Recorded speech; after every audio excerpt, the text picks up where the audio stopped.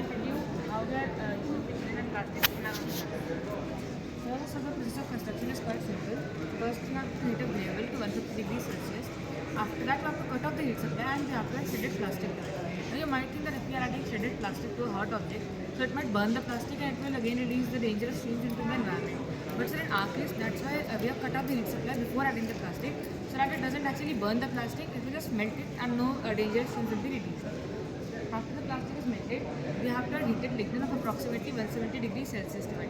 After stirring this mixture continuously, we have to spread it out on the desired area and we have to level it using a roller. The current challenges which are being faced in traditional road construction are a high carbon emission and also non-cost effectiveness. This makes the road very much non-eco-friendly and also expensive. So as we are using plastics in our project, we are contributing towards the recycling of plastics, and this will lead to a long-term better impact on the environment. We are also using lignin, which is a better alternative towards bitumen, because lignin can be extracted from plants and it also is very much cheaper.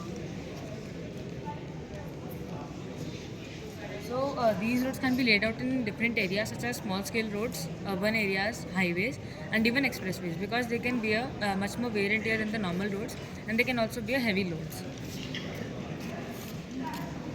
If we look on the long-term environmental impact, then these roads will leave a better impact on the environment, as they lead to lesser carbon emissions, because the processing is done through healthy combustion techniques. So if you look on the future prospects, then these roads will actually last longer, because the mixture which we are getting while combining plastics, lignin and gravel is much more durable. So these roads can last up to more than 20 years without any maintenance, and that too in extreme weather conditions. So this was a whole project. We hope that you liked it.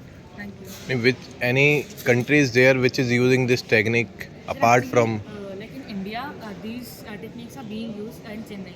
But so the difference is that the construction method is different and they are using bitumen instead of lignin. So again, this leaves a worse impact on the environment. Chennai is also using this technique, but Chennai is also facing one issue of making this type of road, it not getting water into the ground. Yes, sir. So because they are not using lignin. So they are not using lignin. They are using plastics only, and with the plastics they are using bitumen. If we are using lignin and plastic, then these problems can be resolved. Yes, sir. So because lignin, as I told earlier, is hydrophobic.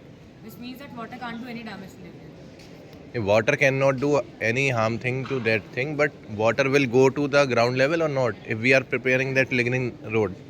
So actually, like on the area in which the road is prepared, like on that area, the water can't reach the ground level. So, but on the areas beside, like we have the planting, different planting techniques.